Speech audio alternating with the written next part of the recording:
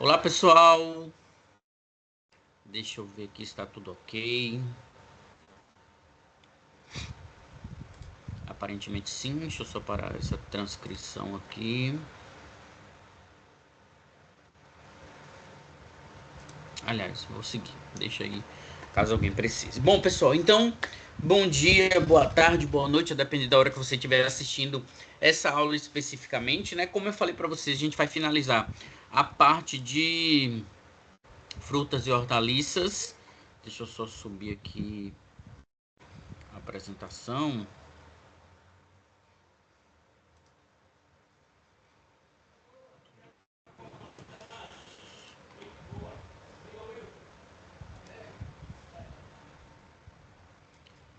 Aí.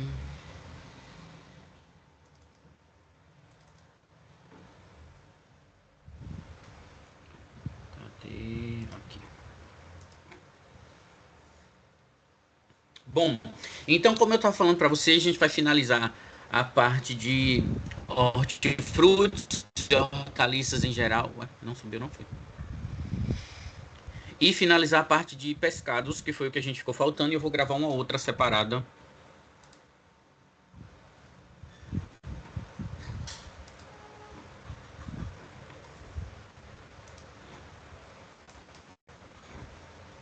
Agora vai. Pelo menos eu acho.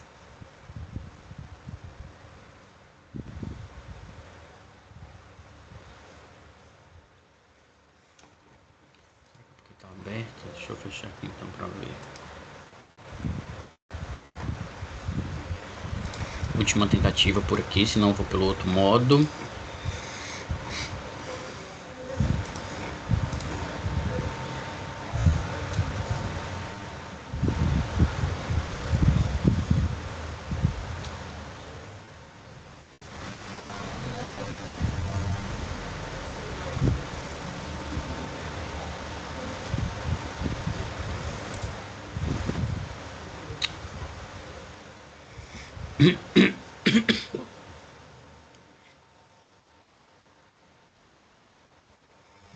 Pronto, carregou. Bom, pessoal, então, deixa eu passar aqui. Ah, tá carregando ainda.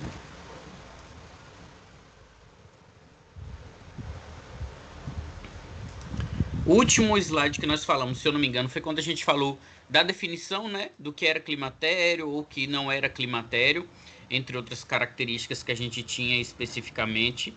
Então, essa é uma das definições que a gente tem desse desses alimentos, né? Nós falamos que existem dois tipos, são os climatérios e os não climatérios. Os climatérios são aqueles que conseguem amadurecer, consequentemente eles respiram após serem retirados das plantas, e os não climatérios são aqueles que não têm essa capacidade. Essa é a principal diferença entre eles. A gente falou que é os exemplos de cada um deles.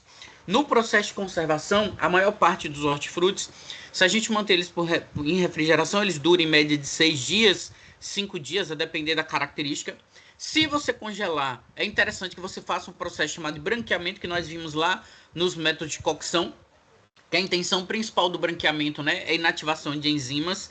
Então, se eu quero que aquele alimento não amoleça no congelamento, ou que ele mantenha uma integridade melhor, além das características de cores especificamente, é interessante que a gente faça esse processamento. Ou eu posso desidratar, ou liofilizar, ou secar, a depender da característica, mas lembrando que todo tipo de, principalmente as vitaminas, depois que eu passo por um processo de aquecimento, a chance que eu tenho é de perder boa parte delas. Então, essa parte de conservação do ponto de vista de vitaminas a gente acaba perdendo com base nessa característica que a gente tem.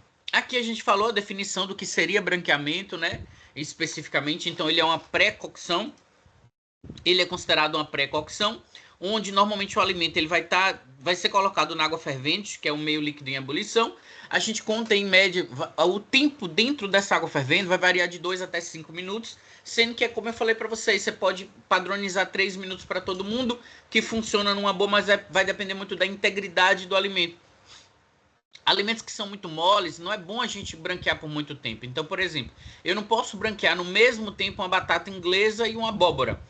São coisas de consistências completamente diferentes. Então, por conta disso é que a gente tem temperaturas específicas para cada um desses alimentos. Então, por exemplo, se você for fazer em casa e você quiser consultar na literatura, você vai encontrar o tempo médio. Mas eu faço padronizado, 3 minutos para todo mundo e um abraço.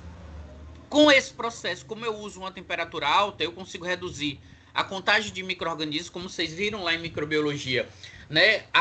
Quando eu uso métodos de conservação que utilizam calor, eu tenho a tendência que esse método seja bactericida, ele mata os micro-organismos. Então, nesse processo, não é minha intenção, mas eu acabo conseguindo eliminar a maior parte dos micro-organismos. Além disso, a gente contribui com cor e firmeza aos alimentos, que foi o que vocês podem ter visto lá na prática. Então, a gente sabe que alguns corantes, alguns pigmentos, na verdade, do próprio alimento, eles sofrem interferência nesse processo, conseguindo ficar até mais bonitos, que é o caso, por exemplo, do brócolis, que ele é rico em clorofila, e essa clorofila, quando passa por esse processo esse processamento térmico, ela melhora muito sua aparência. Consequentemente, o brócolis dura muito mais tempo, né? Óbvio que, como eu acabei de falar, é um método de aquecimento e eu acabo perdendo parte dos nutrientes também. Nesse processamento, na cadeia produtiva, hoje a gente acaba utilizando muito agrotóxico nessa produção, né? Eu acho que eu já cheguei a comentar com vocês que lá na década de 90 foi criada-se a ideia da Revolução Verde, que foi quando se propôs a utilização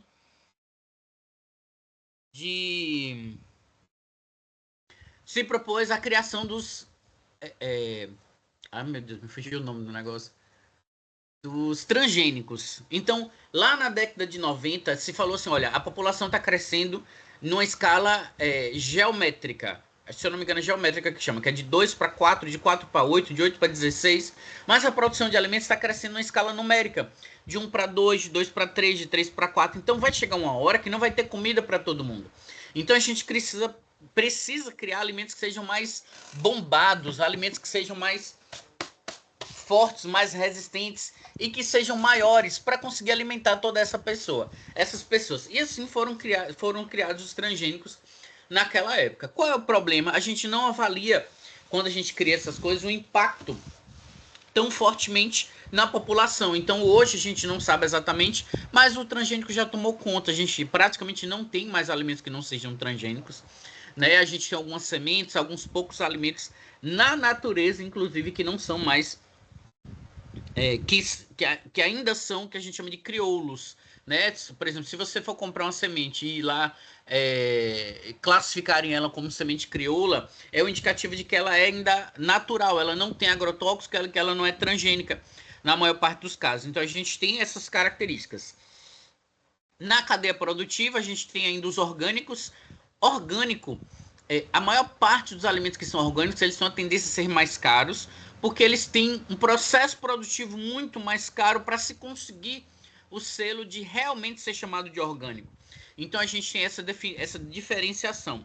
Obviamente que a gente tem um outro termo que é agroecológico, que são esses produtos que a gente encontra vendendo na feira, que são produtos que não usam veneno, como o produtor diz, mas ele não consegue atender a todas as características para ser chamado de orgânico.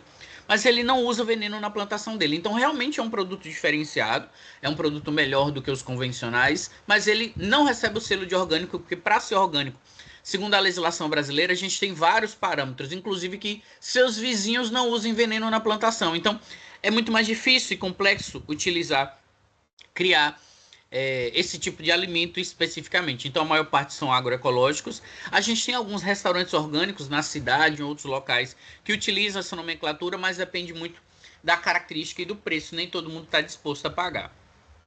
Nesse processo de produção, a gente tem que, muitas vezes a gente seleciona os vegetais, se forem folhosos, né?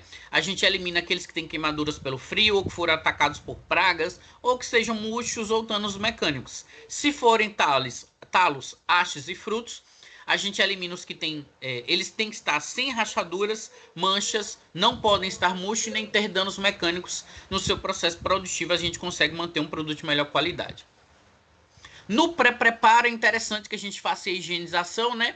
Que é lavar em água clorada. Então a gente usa normalmente soluções de cloro a base de 150 ppm em média de 30 minutos, depois a gente lava em água corrente. Detalhe, a gente só lava em água corrente depois de passar o cloro se eu tiver garantia da qualidade da água. Então, se é uma água tratada, eu lavo. Se não for tratada pelo sistema de saneamento básico, professor, tem um lugar que a água não é tratada? Tem. Então, por isso que a gente recomenda isso. Tem muito local que usa água de poço artesiano.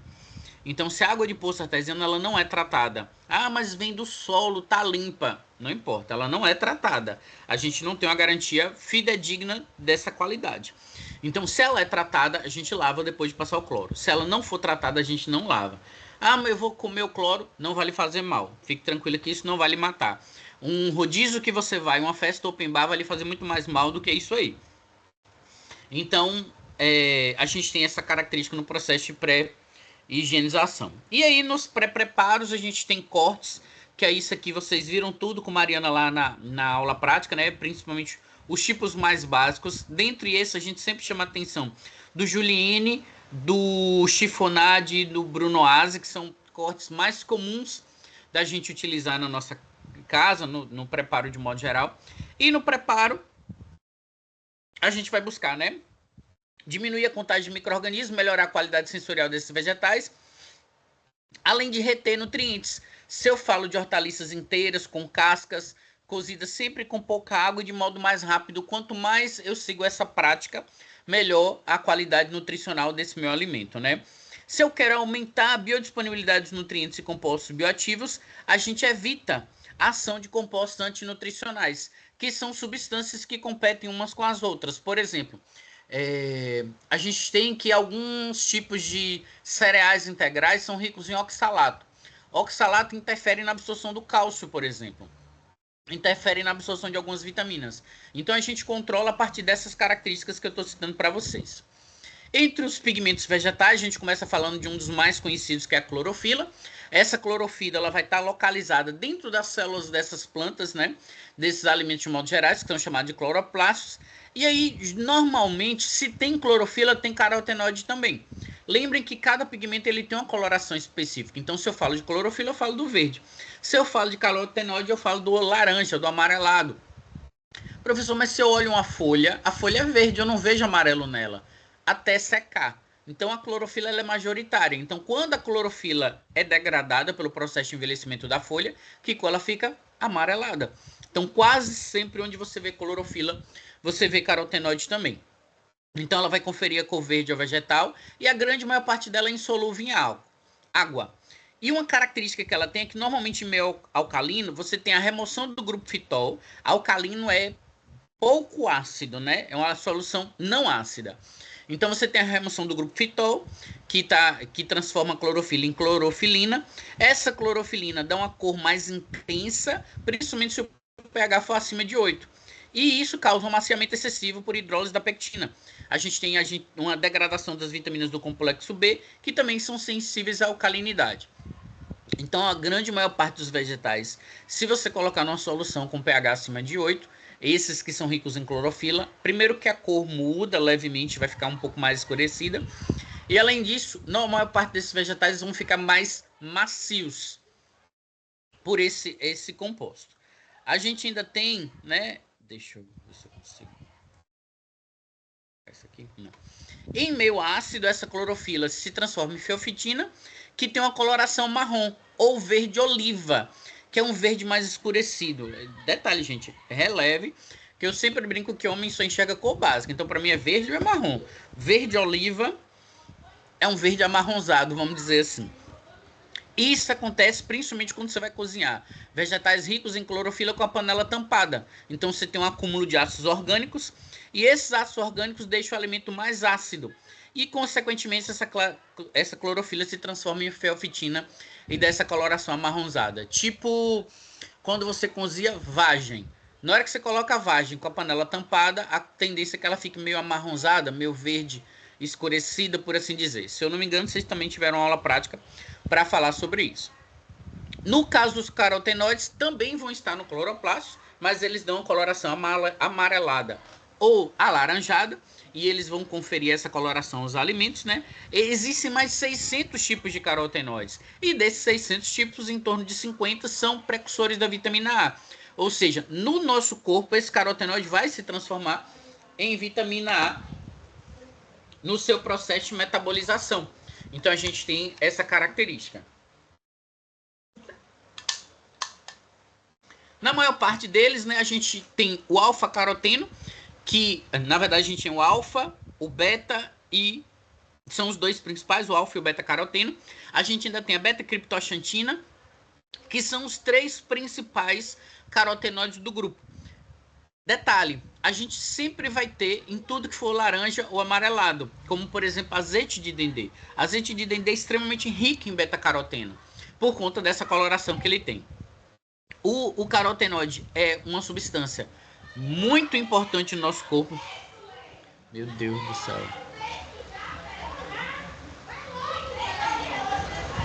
É mole, na hora que tá gravando a aula, o povo resolve fazer zoado. Mas acho que dá para escutar. A principal função dos carotenoides é serem antioxidantes. Dentre os antioxidantes, a gente destaca três tipos específicos, que é o licopeno, a luteína e a zeaxantina, que são os três principais antioxidantes que a gente tem nos carotenoides. A grande maior parte deles é solúvel em gordura, então eles são lipossolúveis. Eles têm uma biodisponibilidade melhor se forem cozidos ou utilizados associados a substâncias que tenham óleo na sua constituição. Normalmente eles são alterados pela presença da luz, porque como eu falei para vocês já em aula, a vitamina A... Espera aí, minha gente, que aqui...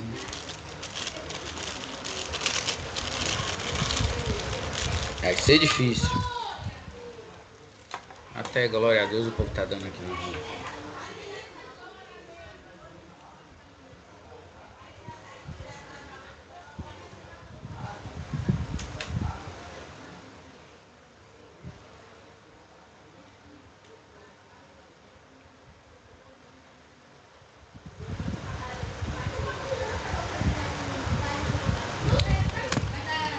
Deixa eu ver que ele vai conectar aqui agora.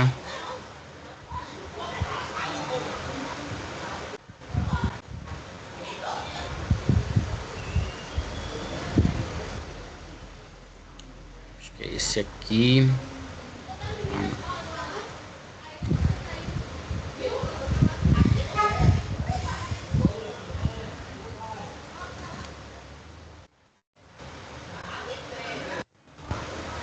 Deixa eu ver se alterou aqui.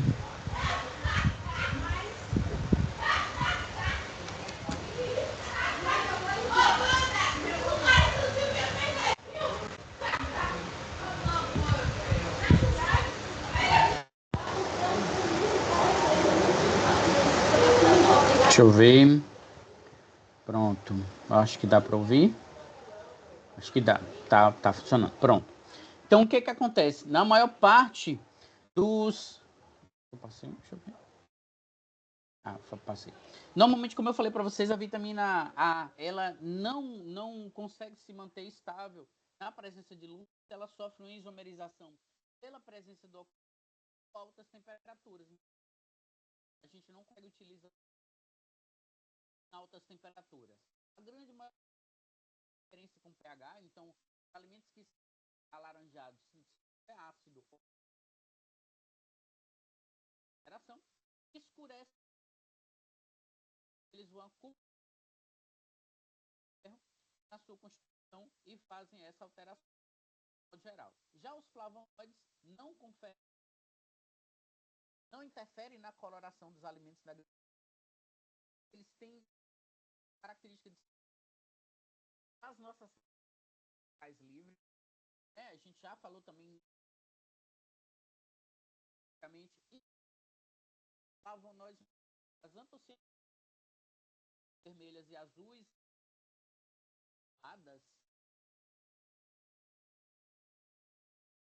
a grande maior parte dela, ela sofre uma redução de pH.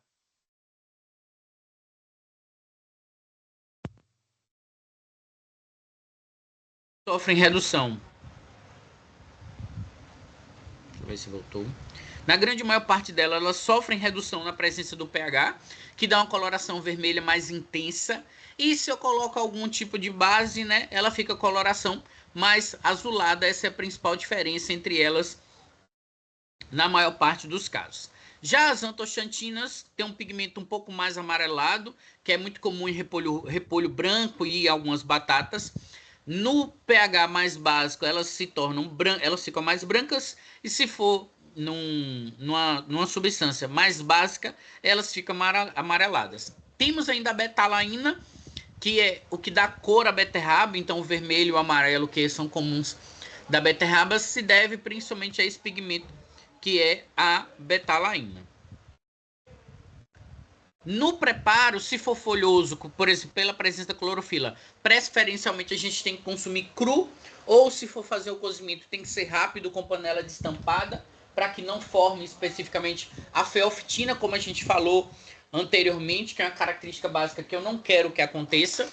Se forem hastes, talos ou frutos, a cocção a vapor ou imersa em água quente, até ficar um pouco mais tenro, são as recomendadas. Se forem verdes, a gente segue a característica do que? O alaranjado, que é a presença do carotenoides, pela presença da cocção com pouca gordura, gera uma maior biodisponibilidade do carotenoide, principalmente porque o anel beta-ionona, que está presente na estrutura desse carotenoide, não faz a exposição e que auxilia nesse processo de absorção. Então a gente tem essa característica específica aí em relação a esses alimentos. Dentro desse grupo, a gente tem as hortaliças minimamente processados, que são aqueles que sofrem 1, 2 ou mais processamentos em relação a essas características. Especificamente, eu não falo tanto dos hortaliças minimamente processados aqui, porque a gente vai falar deles em tecnologia dos alimentos. Eu ou outro professor especificamente vai falar deles em outra disciplina. Mas é interessante, vocês sabem que a vantagem dele, né, é que faz uma pré-eliminação de resíduos ou partes do alimento que a gente não vai consumir, rapidez e praticidade para consumo, menos espaço para armazenamento, uniformidade das preparações e produz menos resíduos. Como desvantagem, porque a vida útil é menor. Por que a vida útil é menor? Porque lembre que quando eu faço uma lesão no alimento, principalmente se ele for climatério, ele amadurece mais rápido. Então, nesse caso, eu faço várias lesões cortando ou descascando. Consequentemente, ele amadurece muito mais rápido. Então, normalmente, os minimamente processados têm uma vida útil um pouco menor. Temos ainda os vegetais fermentados, que não faz muito parte do hábito alimentar do brasileiro, né? Dentre eles, legumes, hortaliças e algumas frutas, que são conservadas em salmoura ou vinagre ou com a solução de açúcar e especiarias.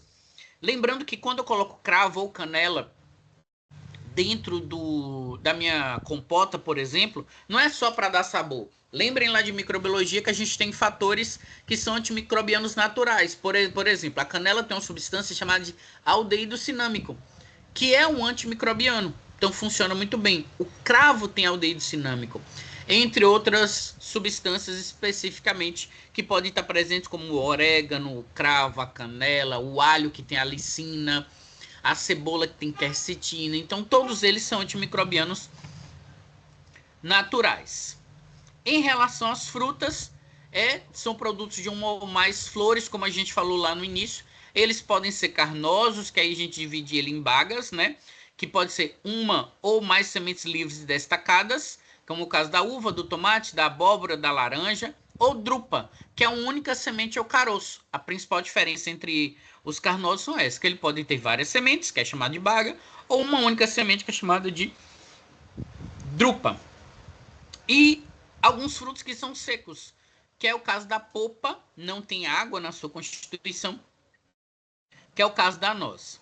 As frutas podem ser cítricas e não cítricas. Cítricas são aquelas que têm um teor maior de ácido cítrico, e as não cítricas são as que têm um teor menor de ácido cítrico.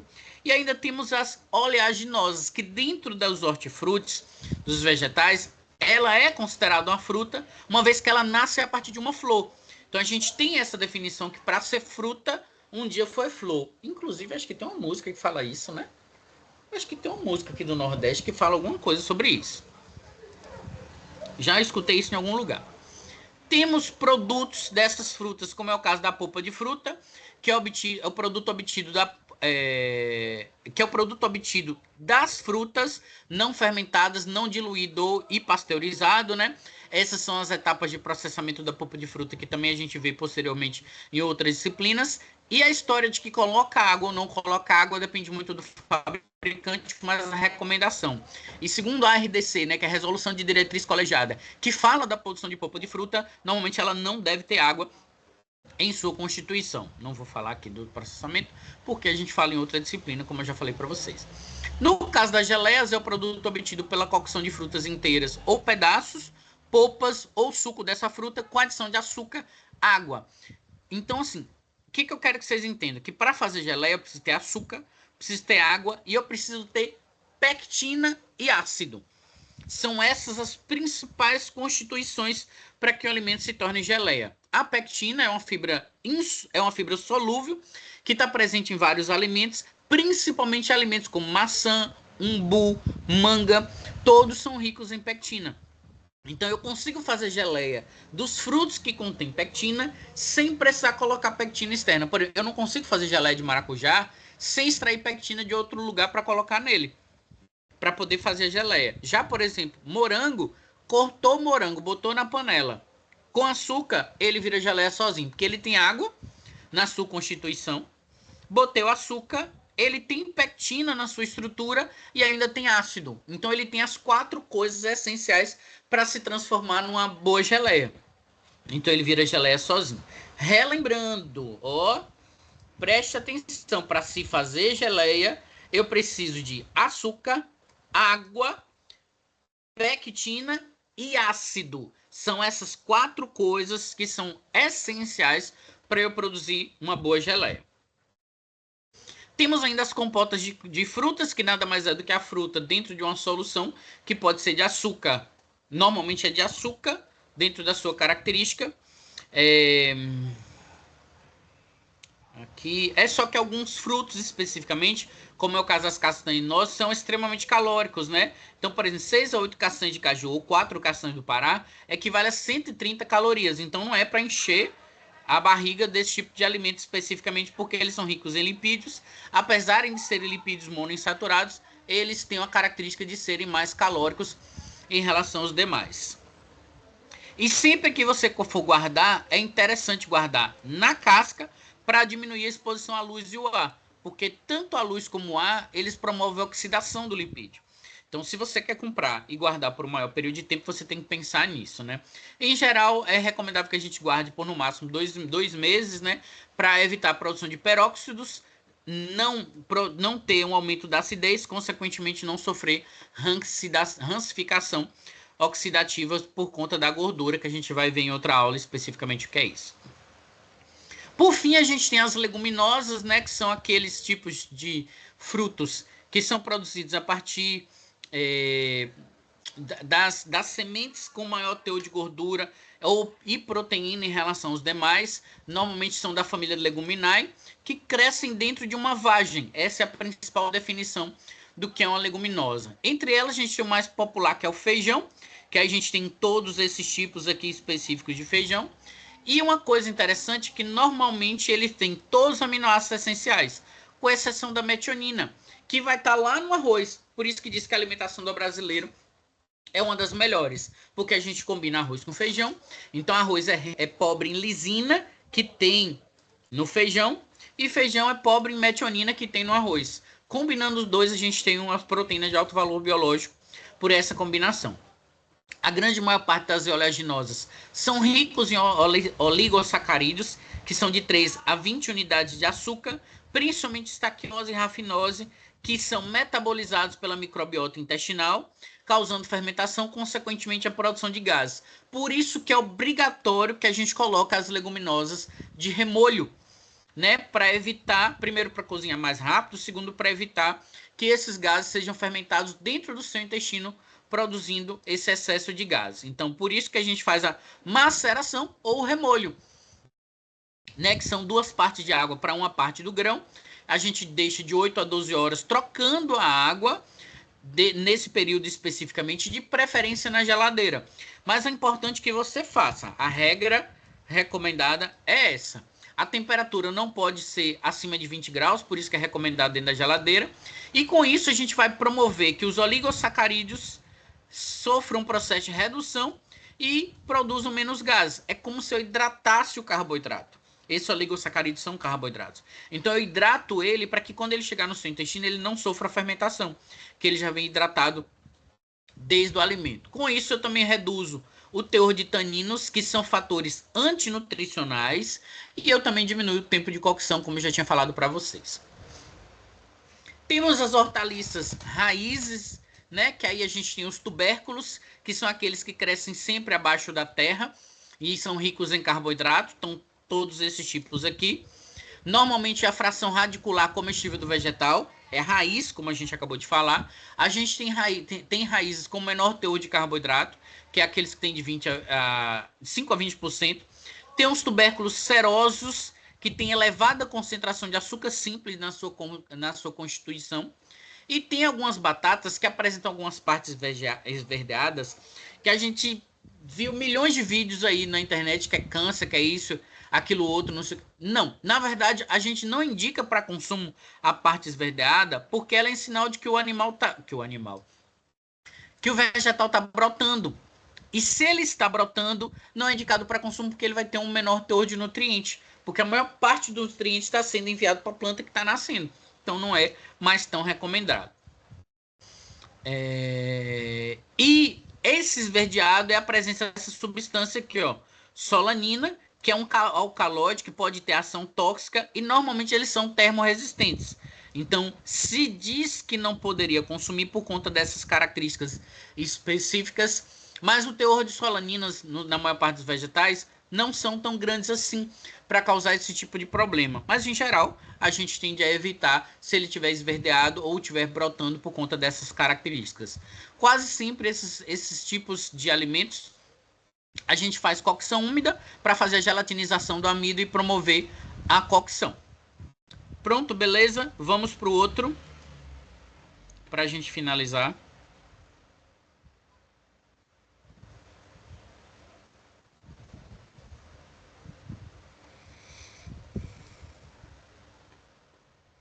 Deixa eu ver aqui. Esse é mais rápido.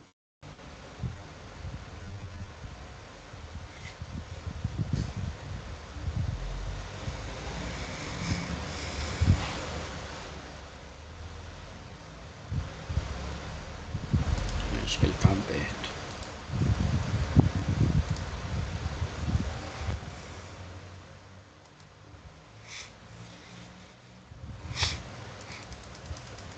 Deixa eu ir aqui. Bom, a gente terminou falando do porquê que frango tem hormônio ou não tem hormônio. Falei para vocês que não tem, que a maior parte deles vem de um processo de cruzamento genético importante para que aconteça essa característica. E para além desse cruzamento genético, a gente consegue manter uma característica melhor de manejo, né, que a gente chama. Então, é um animal que passa 45 dias acordado, sem dormir, comendo e sem se exercitar. Por isso que ele é tão frágil. Eu, inclusive, dei o exemplo do que acontece lá no colégio que eu estudei, que lá o padroeiro da cidade é Santo Antônio. E aí, no dia de Santo Antônio, o povo faz aquela alvorada de fogos, soltam bastante fogos de manhã cedo, e a gente perde parte dos frangos, porque pelo barulho do foguete, eles infartam e morrem. Então, são animais que se tornam muito frágeis por conta dessa característica. Depois disso, a gente não falou dos pescados, mas eu tinha citado para vocês lá no início da aula que a gente chama de pescado todo e qualquer animal que vive na água. Então, se vive na água, a gente chama ele de pescados. A gente tem uma tendência de achar que pescado é peixe. E não são apenas os peixes. São peixes, mariscos, moluscos, bivalves e todos os outros tipos, né? Então, todo e qualquer animal aquático que serve de alimento para o homem, a gente chama de pescados.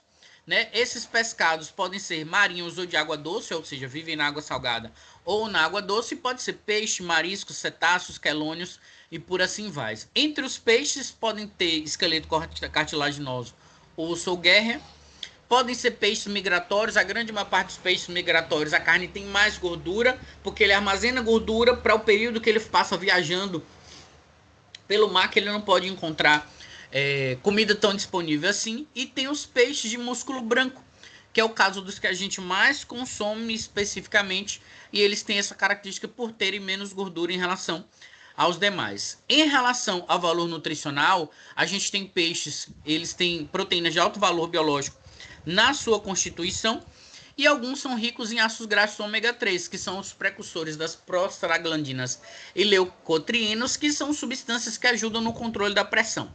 Mas lembrando, peixe só vai ter ômega 3 e ômega 6 na grande maior parte dos casos se eles cresceram, se eles foram criados ou se eles morarem em águas profundas e frias. Então, se você compra um salmão de criatório, ele não tem ômega 3, porque ele não consegue ter essa capacidade de desenvolver ele dentro da sua carne. A carne dele é arroseada pelo pigmento que são adicionados para dar essa característica ao alimento de modo geral, né? Então eles têm um teor de colesterol semelhante a outras carnes e normalmente a gente usa para variações no cardápio pela rapidez e facilidade no preparo. Entre os pescados a gente cita primeiro os mariscos, e dos mariscos a gente tem os crustáceos, que são aqueles que têm carapaça dura, são ricos em astaxantina, que é um pigmento levemente esverdeado, que em alguns casos podem se transformar em astaceno, que é avermelhado. Por exemplo, camarão, lagosta, caranguejo. Observe que o camarão, ele quando é colhido, ele é branco, alguns meio esverdeado, a depender da característica. E depois do cozimento ele se torna avermelhado, por conta dessa mudança da coloração que tem na sua estrutura. Temos ainda os moluscos, que podem ser os que contêm concha. Essas conchas, do ponto de vista biológico, é chamado de valvas, e tem os moluscos que não têm as valvas, né? Então, se ele tem uma concha só, a gente tem o exemplo de caracol, escargot, duas conchas, mexilhões, ostras, sururu, lambreta, entre outros. E alguns têm coluna vertebral cartilaginosa, que é o caso dos polvos e da lula. Eu já ia falar do lula, e da lula, que é o pescado, né, especificamente. Temos os cetáceos, que aí no grupo a gente tem as baleias e os golfinhos. Se consome eles, consome, gente. Oxi, vocês não lembram uma vez que uma baleia encalhou ali no subúrbio, que o povo caiu de faca lá e fez churrasco e mais churrasco? A única diferença é que a carne é muito gordurosa, porque a baleia é um peixe migratório. Então ela armazena muita gordura para poder compensar algumas épocas do ano que ela tem escassez alimentar. Então, mas se consome, né? E tem os quelônios, que é o caso das tartarugas. Se consome? Se consome. Depende muito da pessoa, mas se consome. A maior parte dos pescados, vocês devem observar que a deterioração da carne dele é muito rápida. Isso porque eles têm um processo chamado de autólise. Eles começam a degradação deles por parte dos próprios sucos digestivos que estão presentes dentro desse animal. Então, parte dos sucos ácidos que estão presentes dentro do estômago desse animal começam a fazer a destruição da parede intestinal. Depois que destrói a parede, destrói os músculos, e isso causa uma queimadura abdominal do animal, que é o sinal de degradação que ele tem. A gente ainda tem enzimas do próprio tecido dele, que ajudam a degradar a carne desse pescado, né? E tem bactérias que ajudam a formar limo e mau cheiro nesses pescados. Essa queimadura abdominal pode causar invasão de bactérias, consequentemente aumentar o processo de deterioração. Como é que eu sei, deixa eu ver se eu botei uma foto aqui, que eu sei que o pescado ele tem uma característica boa de consumo. Deixa eu botar aqui logo todas. Normalmente ele tem... Como é que eu sei? Normalmente ele tem olhos brilhantes, claros e cheios, uma cor de pele brilhante, clara e ligeiramente rosa, né? Escamas brilhantes bem aderentes e textura firme, ventre roliço. Firme de novo. E ventre roliço são as principais características. Uma das coisas que eu mais olho, gente, é o olho. Se o olho está muito fundo, é indicativo de que aquele peixe ele é mais velho. Então a gente pode rejeitar ele com base nessa característica aí especificamente. E sempre eles têm um odor característico de maresia. Eles não fedem. O que fede é o mau hábito que a gente tem de manipular eles, principalmente de escamar o peixe. Quando cai uma escama no chão, para tirar ela ali, gente, tá muito trabalho. Então, varrer não sai. Você limpa hoje, a escama ficou. De hoje para amanhã, de amanhã para depois, e começa a apodrecer. Aí causa mau cheiro, que é o que a gente observa nesses mercados do peixe da vida aí, né? Se for lagosta e caranguejo, né, a carapaça é dura e pesada. A cauda tem que estar reta. Depois que, principalmente, a cauda fica reta depois que a gente cozinha ela. Antes ela é curvada.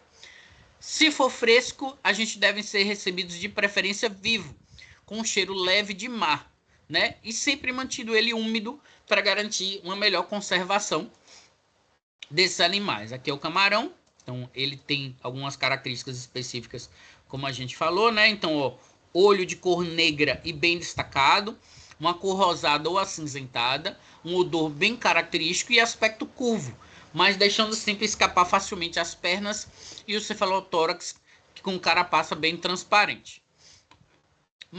Os mariscos, né? Os moluscos, os mexilhões, amarelado, na maior parte deles com essa estrutura, com odor característico, uma carne aderente à concha e úmida, um aspecto esponjoso, gelatinoso e elástico, concha fechada e com retenção de água, límpida dentro da concha.